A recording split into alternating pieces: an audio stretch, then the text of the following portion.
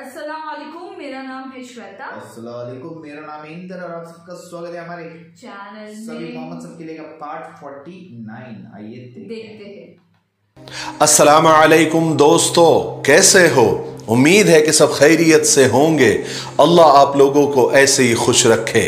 सरकार दो आलम सल्लल्लाहु अलैहि वसल्लम की पूरी जिंदगी पर बनने वाली वीडियो सीरीज जिसका नाम मोहम्मद सब के लिए है सल्लल्लाहु अलैहि वसल्लम, ये उसका 49वां हिस्सा यानी पार्ट 49 है। थोड़ा हम रिकैप कर लेते हैं कि हमने 48वें हिस्से में क्या सुना। हमने 48वें हिस्से में सुना कि जंग बदर किस तरह से शुरू हुई, उससे पहले क्या क्या हुआ, उसके रीजन क्या क्या थे, और फिर जब जंग शुरू हुई तो किस तरह हजरत हमजा रजी अल्लाह तआला और हजरत अली रजी अल्लाह तआला ने उतबा और वलीद को जहन्नम रसीद किया। फिर अल्लाह के नबी ने ईमान वालों के लिए अल्लाह तबारक व तआला से मदद मांगी और अल्लाह तबारक व तआला ने ईमान वालों की और आप सल्लल्लाहु अलैहि वसल्लम की मदद भी की। फिर अल्लाह के रसूल सल्लल्लाहु अलैहि वसल्लम ने जमीन से मिट्टी उठाकर दुश्मनों की तरफ फेंका, जो उनके आंख, नाक, कान, मुंह में गई। वो उसी को साफ करने में लगे रहे और सहाबा ने हमला कर दिया और बड़े बड़े सरदारों का काम तमाम कर दिया और जंग अभी भी जारी है। चलिए आगे सुनते हैं। अब घमासान की जंग शुरू हो गई थी। निहायत जोरों का रन चल रहा था। लड़ाई शबाब पर थी। अल्लाह के रसूल सल्लल्लाहु अलैहि वसल्लम अपने रब को मना रहे थे, यानी दुआएं कर रहे थे कि ए अल्लाह, तूने मुझसे वादा किया है, तू उसे पूरा फरमा। ए अल्लाह, मैं तुझसे तेरे अहद, तेरे वादे का सवाल कर रहा हूं। ए अल्लाह, अगर ये हलाक हो गए तो तेरी जमीन पर तेरी इबादत करने वाला कोई भी नहीं रहेगा। ए अल्लाह, हमें फतेह अता फरमा। आप गिड़गिड़ा रहे थे, रो रहे थे, यहां तक कि आपके कंधे से चादर गिर गई। हजरत अबू बकर सिद्दीक रज़ी अल्लाह तआला ने आपकी चादर दुरुस्त फरमाई और फरमाया कि अल्लाह के रसूल बस फरमाइए, अल्लाह हमारी जरूर मदद फरमाएगा।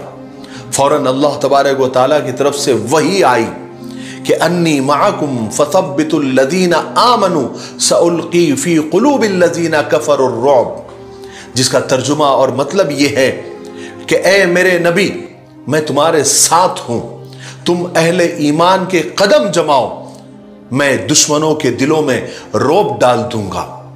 और फिर अन्नी मुमिद्दुकुम बि अल्फिम मिनल मलाइकति मुर्दिफीन, अल्लाह ने फरमाया कि मैं 1000 फरिश्तों से तुम्हारी मदद करूंगा जो आगे पीछे आएंगे। ये आयतें नाजिल होते वक्त आपको एक झपकी सी आ गई। फिर आपने सर उठाया तो आपको जिब्राइल अलैहिस्सलाम नजर आए, जो घोड़े की लगाम थामे हुए थे, गर्द गुबार और धूल मिट्टी में अटे हुए थे, बिल्कुल जंगजू जैसे जंग में नजर आते हैं। आप सल्लल्लाहु अलैहि वसल्लम ने फरमाया कि अबू बकर, खुश हो जाओ, तुम्हारे पास अल्लाह की मदद आ गई। फिर क्या था? उसके बाद आप सल्लल्लाहु अलैहि वसल्लम ने सहाबा को जवाबी हमले का हुक्म दे दिया और जंग की तरगीब दिलाते हुए फरमाया कि शुद्धू, यानी चढ़ दौड़ो। उस जात की कसम जिसके कब्जे में मोहम्मद की जान है, आज जो डट कर सवाब समझकर मारा जाएगा वो सीधा जन्नत में दाखिल होगा। जिस वक्त आप सल्लल्लाहु अलैहि वसल्लम ने यह जवाबी हमले का हुक्म फरमाया तो सहाबा में एक जोश भर गया। वो सफों की सफे दरम बरम करते जाते थे और दुश्मनों की गर्दनें काटते आगे बढ़ते जाते थे।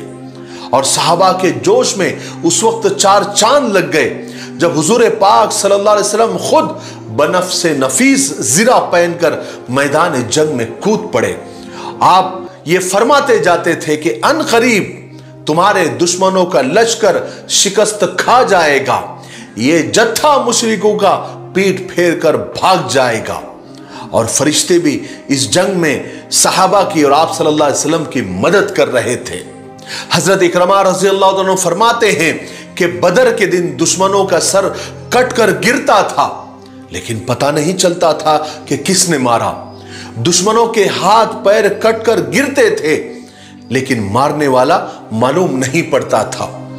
हजरत इब्ने अब्बास रज़ियल्लाहु अन्हु फरमाते हैं कि हमें बदर के मैदान में एक शहसवार, एक घोड़सवार की आवाज सुनाई देती थी कि हैज़ूम आगे बढ़ो, हैज़ूम आगे बढ़ो। कहा जाता है कि हैज़ूम हजरत जिब्राइल अलैहिस्सलाम की सवारी का नाम था और दुश्मनों के चेहरों पर और उनके नाक पर चोट के निशान नजर आते थे। उनके चेहरे फट जाते थे जैसे किसी ने जबरदस्त कोड़ा मारा हो, लेकिन मारने वाला नजर नहीं आता था। जब साहबा इकराम ने हुजूर पाक सल्लल्लाहु अलैहि वसल्लम ने इन सब चीजों का तस्किरा फरमाया तो आप सल्लल्लाहु अलैहि वसल्लम ने फरमाया कि तुम सच कहते हो, ये तीसरे आसमान की मदद थी, यानी फरिश्तों की मदद थी। एक और सहाबी फरमाते हैं कि मैं एक दुश्मन को मारने दौड़ रहा था कि अचानक उसका सर मेरी तलवार पहुंचने से पहले ही कट कर गिर गया। तब मेरे समझ में आ गया कि मेरे बजाय किसी और ने इसको कत्ल किया है। आपकी मालूमात के लिए बता दूं कि इस जंग में, यानी जंग बदर में, इब्लीस भी एक शख्स था सुराका, उसकी शक्ल में आकर मुशरिकों की मदद कर रहा था। जब उसने फरिश्तों को मदद करते हुए देखा तो सरपट भागने लगा तो हारिस बिन हिशाम ने उसे पकड़ लिया। कहा कि कहां भाग रहे हो बुज़दिल। तो इब्लीस ने हारिस के पेट में ऐसा घूसा मारा कि वो गिर गया और फिर इब्लीस भाग निकला। तो लोग पुकारने लगे कि कहां भाग रहे हो सुराका। तो उसने कहा, यानी इब्लीस ने कहा कि मैं वो चीज देख रहा हूं जो तुम नहीं देख सकते, और इब्लीस भागकर समंदर में चला गया। हजरत अब्दुर्रहमान बिन औफ रज़ियल्लाहु अन्हु फरमाते हैं कि मैं जंग बदर में एक सफ में खड़ा था।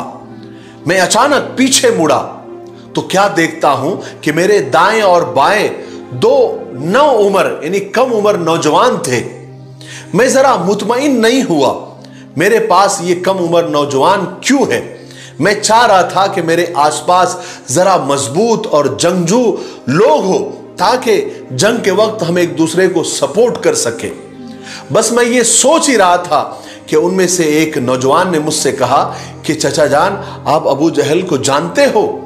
अगर जानते हो तो अबू जहल को हमें जरा दिखला दीजिए। मैंने उससे पूछा, भतीजे तुम उसको जानकर और देखकर क्या करोगे? तो उसमें से दूसरे ने कहा कि चचा जान, हमने सुना है कि वो रसूलुल्लाह को गालियां बकता है। कसम है उस खुदा की जिसके कब्जे में मेरी जान है, अगर मैंने उसको देख लिया तो उसका सर तन से जुदा कर दूंगा या मैं शहीद हो जाऊंगा। हजरत अब्दुर्रहमान फरमाते हैं कि मुझे ताज्जुब हुआ, उन बच्चों का जोश और वलवला देखकर मैं हैरान था। इतने में मैंने देखा कि सामने अबू जहल दुश्मनों की सफे सीधी कर रहा है। मैंने उन बच्चों से कहा, उन नौजवानों से कहा कि वो देखो तुम्हारा शिकार। ये सुनना था कि वो दोनों नौजवान भूखे शेर की तरह अबू जहल की तरफ लपके। एक ने घोड़े की टांग पर हमला किया और दूसरे ने घोड़े पर बैठे गधे के, यानी अबू जहल की टांग पर हमला किया, और घोड़ा और गधा, यानी घोड़ा और अबू जहल दोनों गिर गए और ये मुसलसल उन पर वार करते जा रहे थे। उसे संभलने का मौका तक नहीं दिया। इतने में अबू जहल के बेटे इकरमा, जो उस वक्त तक इस्लाम नहीं लाए थे, उन्होंने अपने बाप की यह हालत देखी तो वो मदद के लिए पहुंचे और आकर उन्होंने एक नौजवान के कंधे पर इतनी जोर से वार किया कि उसका कंधा, यानी उसका हाथ कट गया, सिर्फ चमड़े पर लटक गया। लेकिन फिर भी वो नौजवान लड़ता रहा। जब हाथ बहुत ज्यादा तकलीफ देने लगा तो उसने अपने हाथ को पैर के नीचे दबाकर खींच दिया और फिर लड़ता रहा, और एक अच्छे खासे मुकाबले के बाद उस दुश्मन इस्लाम को जहन्नम रसीद कर दिया, यानी कत्ल कर दिया। फिर ये दोनों हुजूर पाक सल्लल्लाहु अलैहि वसल्लम के पास आए। आपने फरमाया कि किसने अबू जहल को कत्ल किया? तो दोनों ने कहा कि मैंने किया। आप सल्लल्लाहु अलैहि वसल्लम ने उनकी तलवारों को देखा तो उनकी तलवारों से खून टपक रहा था। आपने फरमाया कि तुम दोनों ने उसको कत्ल किया है। किताबों में आता है कि ये दोनों अंसारी नौजवानों ने अबू जहल को बहुत ज्यादा जख्मी कर दिया था। वो मरा नहीं था, वो जमीन पर गिर गया था, और ये अंसारी नौजवान बच्चे समझे कि वो मर गया और उसे मरा हुआ समझकर उसको वहीं पर छोड़कर चले आए थे। हालांकि अबू जहल उस वक्त तक जिंदा था, सिसक रहा था, एक जगह पड़ा हुआ था, अपनी सांसें पूरी कर रहा था। और ये इस्लाम का चूंकि सबसे बड़ा दुश्मन था, इसलिए हजरत अब्दुल्ला उसकी गर्दन पर पैर देकर खड़े हो गए। मगर ये बदबख्त अबू जहल उस वक्त भी अपनी बड़ाई और घमंड से बाज नहीं आया। कहने लगा कि ए बकरी के चराने वाले, तूने बहुत बड़ी जगह पर पैर रखा है, और देख मेरी गर्दन मोंडों के पास से काटना, ताकि मेरी गर्दन सबसे ऊंची मालूम हो और सारे मक्का वालों को, सारी दुनिया को पता चले कि ये सरदार की गर्दन है। हजरत जुबैर ने अबू जहल की गर्दन उतारी और रसूल पाक सल्लल्लाहु अलैहि वसल्लम के सामने ले जाकर डाल दिया। सरकार दो आलम सल्लल्लाहु अलैहि वसल्लम ने अल्लाह का शुक्र अदा फरमाया और ऐलान फरमाया कि अल्लाह ने हमें फतेह नसीब फरमाई है, हम जंग जीत गए हैं। गर्ज के ईमान वालों को इस जंग में जबरदस्त कामयाबी नसीब हुई। इस लड़ाई में बेशुमार कुरैशी और मक्का वाले कत्ल हुए, बहुत सारे गिरफ्तार भी हुए और बहुत सारे लोग जान बचाकर भाग गए। गज़वे बदर में कुरैश के बहुत बड़े बड़े सरदार और सिपा सालार कत्ल हुए, तकरीबन 70 आदमी कत्ल हुए और उतने ही कैद भी हुए, और ईमान वालों में सिर्फ 14 सहाबा कत्ल हुए। उसके बाद रसूल पाक सल्लल्लाहु अलैहि वसल्लम ने उन मुशरिकों की लाशों को ठिकाने लगाने का हुक्म दिया। ईमान वालों ने उनको एक कुएं में भरकर उसे पाट दिया, उसे बंद कर दिया। जब रसूल पाक सल्लल्लाहु अलैहि वसल्लम बदर से रवाना होने लगे तो आप उस कुएं के पास गए, वहां जाकर खड़े हुए। हालांकि रात का वक्त था, उस वक्त लाशों को उस कुएं में दफनाए हुए 3 दिन गुजर चुके थे। आप सल्लल्लाहु अलैहि वसल्लम ने उन मुर्दा कुरैशियों का नाम ले लेकर पुकारा और फरमाया कि ऐ फला इब्ने फला, तुम बुरे लोग थे, तुमने मुझे झुटलाया मगर दूसरे लोगों ने मेरी तस्दीक की, मुझे सच्चा जाना। तुमने मुझे अपने वतन से निकाला मगर दूसरे लोगों ने मुझे पनाह दी। तुमने मेरे साथ जंग की मगर दूसरे लोगों ने मेरा साथ दिया। अब बताओ, तुम्हारे रब ने जो तुमसे वादे किए थे, तुमने उनको सच पाया? मुझसे तो मेरे रब ने जो वादे किए थे वो सब मेरे रब ने पूरे किए। हजरत उमर रजी अल्लाह तआला ने जब ये सुना तो रसूल पाक सल्लल्लाहु अलैहि वसल्लम से पूछा कि या रसूल अल्लाह, आप इन सूखी और बेजान लाशों को पुकार रहे हैं, क्या ये सुन सकते हैं? तो आप सल्लल्लाहु अलैहि वसल्लम ने जवाब दिया, जो कुछ मैंने इनसे कहा उन्होंने उसको सुन लिया मगर ये जवाब नहीं दे सकते। और इस तरह अल्लाह तबारक व तआला ने अपने रसूल को मुशरिकों पर फतेह नसीब फरमाई। जब रसूल पाक सल्लल्लाहु अलैहि वसल्लम मदीना वापस जाने लगे तो आप सल्लल्लाहु अलैहि वसल्लम ने हजरत ज़ैद बिन हारिसा और हजरत अब्दुल्ला बिन रवाहा को आगे रवाना किया ताकि वो मदीना वालों को फतेह की खुशखबरी सुनाए। जब रसूल पाक सल्लल्लाहु अलैहि वसल्लम मदीने तशरीफ ले जा रहे थे, उस वक्त आप सल्लल्लाहु अलैहि वसल्लम की साहबजादी यानी बेटी हजरत रुकैया सख्त बीमार थी। हजरत रुकैया रजी अल्लाह तआला अन्हा हजरत उस्मान रजी अल्लाह तआला अन्हु के निकाह में थी। रसूल पाक सल्लल्लाहु अलैहि वसल्लम ने हजरत उस्मान को अपनी बेटी की देखभाल के लिए, तैमारदारी के लिए मदीना में ही छोड़ दिया था, मगर रसूल पाक सल्लल्लाहु अलैहि वसल्लम के मदीना पहुंचने से पहले ही हजरत रुकैया रजी अल्लाह तआला अन्हा का इंतकाल हो गया था। जिस वक्त बदर की फतह और जीत की खुशखबरी मदीना पहुंची, उस वक्त मुसलमान हजरत रुकैया रजी अल्लाह तआला अन्हा को दफना कर मिट्टी बराबर कर रहे थे। हजरत ज़ैद रजी अल्लाह तआला ने आकर जीत का ऐलान किया और बआवाज़ बुलंद किया और कहा कि कुरैश के फला फला आदमी कत्ल हो गए, कुरैश के फला फला सरदार कत्ल हो गए और कुरैश के फला फला सरदार कैद में आ गए, और ईमान वालों को अल्लाह ताला ने जबरदस्त जीत दी।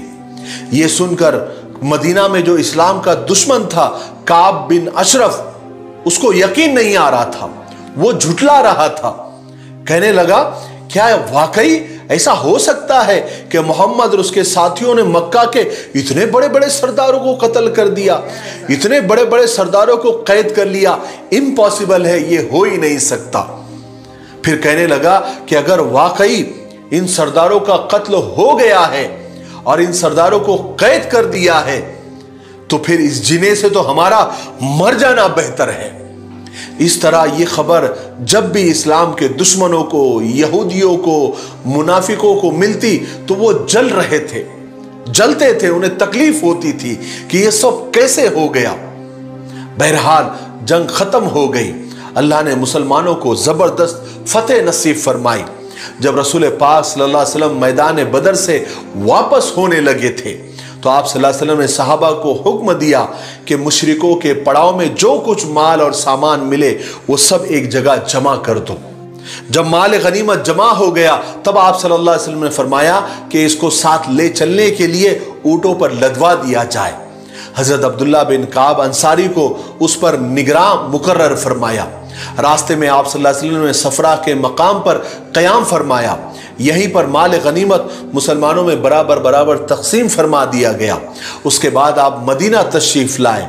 मदीना पहुंचकर रसूल पाक सल्लल्लाहु अलैहि वसल्लम ने सहाबा से मशवरा किया कि कैदियों का क्या करना चाहिए। रसूल पाक सल्लल्लाहु अलैहि वसल्लम ने हजरत उमर से राय मांगी तो हजरत उमर रज़ी अल्लाह तआला अन्हु ने राय दी कि अल्लाह के रसूल, ये इस्लाम के दुश्मन हैं, इन्हें कत्ल कर देना चाहिए, इनकी गर्दनें धड़ से अलग कर देनी चाहिए। फिर आप सल्लल्लाहु अलैहि वसल्लम ने हजरत अबू बकर सिद्दीक रज़ी अल्लाह तआला अन्हु से राय मांगी तो उन्होंने अपनी राय दी कि या रसूलुल्लाह सल्लल्लाहु अलैहि वसल्लम, इन कैदियों में आपके भी बहुत सारे अजीज हैं और आज अल्लाह तबारक व तआला ने आपको फतेह अता की है, उन पर कब्जा अता फरमाया है, इसलिए मेरी राय यह है कि आप उन्हें कत्ल न करें बल्कि उनसे फिदिया यानी जान की कीमत लेकर उन्हें छोड़ दिया जाए। और ज्यादातर सहाबा की यही फिदिये वाली ही राय थी। इसलिए ये बात तय हो गई कि जो लोग फिदिया देने की ताकत रखते थे वो जान की कीमत देकर रिहा हो गए और जो लोग बिल्कुल मुफलिस थे वो रह गए। बहरहाल बदर की लड़ाई में कुरैश की कमर टूट गई, इसलिए कि उन्हें इसमें बदतरीन शिकस्त और हार का सामना करना पड़ा। कुरैश के जो लोग कैद हुए थे उनमें वहाब बिन उमर भी थे जो बाद में मुसलमान हो गए थे। इनका एक जबरदस्त किस्सा है और बहुत दिलचस्प किस्सा है, वो इंशाअल्लाह कल के 50वें पार्ट में यानी 50वें हिस्से में हम आपको सुनाएंगे। इसलिए आज के लिए हम यहीं पर रुकते हैं क्योंकि वीडियो अब ज़्यादा लंबा हो रहा है। आने वाले 50वें हिस्से में यानी पार्ट 50 में हम वहाब बिन उमर का दिलचस्प और बड़ा सबक आमोज किस्सा हम सुनेंगे। तो थोड़ा सा आप जब तक इंतज़ार करें तब तक इस सीरीज़ के वीडियोस को ज़्यादा से ज़्यादा लाइक करें, ज़्यादा से ज़्यादा शेयर करें और अच्छे अच्छे कमेंट करें और हमें हौसला और हिम्मत देते रहें। तब तक मेरे लिए, पूरी उम्मत के लिए और पूरी इंसानियत के लिए खैर और भलाई की दुआ करते रहें। अस्सलामु अलैकुम व रहमतुल्लाहि व बरकातुहू। एट लास्ट जंग खत्म हुई और देखा फरिश्तों ने भी साथ दिया, अल्लाह ने फरिश्ते भी भेज दिए जंग में एक बार। ओहो, तुम्हें पता वो बदर की जंग, हाँ, जहाँ पे जब अल्लाह ने फरिश्ते भेजे और जब लोग मारने, वो बोलते थे ना तलवार से मैं उसका सिर काटने, ऑलरेडी वो मतलब हाँ, उनके सर कट रहे हैं, हाथ कट रहे हैं, पैर कट रहे हैं, उनके मुंह फट रहे हैं, लेकिन पता नहीं लग रहा कि कौन कर रहा है। वाओ, कैसे होगा ना, लोग ऐसे देख रहे होंगे कैसे हो गया ऐसा चमत्कार। और अबू जहल को दो यंगस्टर्स लोग, हाँ, वो भी कौन है बताओ, हम करेंगे। पहले घोड़ी के पैर पे मारा, फिर गधे के पैर पे मारा, फिर गधे को मारा, घोड़ा गधा। पर एट लास्ट बोलते ना कमर तोड़ दी कुरैश की ऑफ कोर्स। एंड काफी लोग गिरफ्तार भी हो गए थे पर कुछ लोग उधर ही रह गए, कुछ लोग वो क्या छूट गए कीमत दे के ऑफ कोर्स। तो वो भी एक था। ठीक है, अभी आगे देखना पड़ेगा, अभी तो काफी बाकी है, बहुत बाकी है अभी। तब तक के लिए वीडियो को like, subscribe, click on the bell icon. Bye, take care.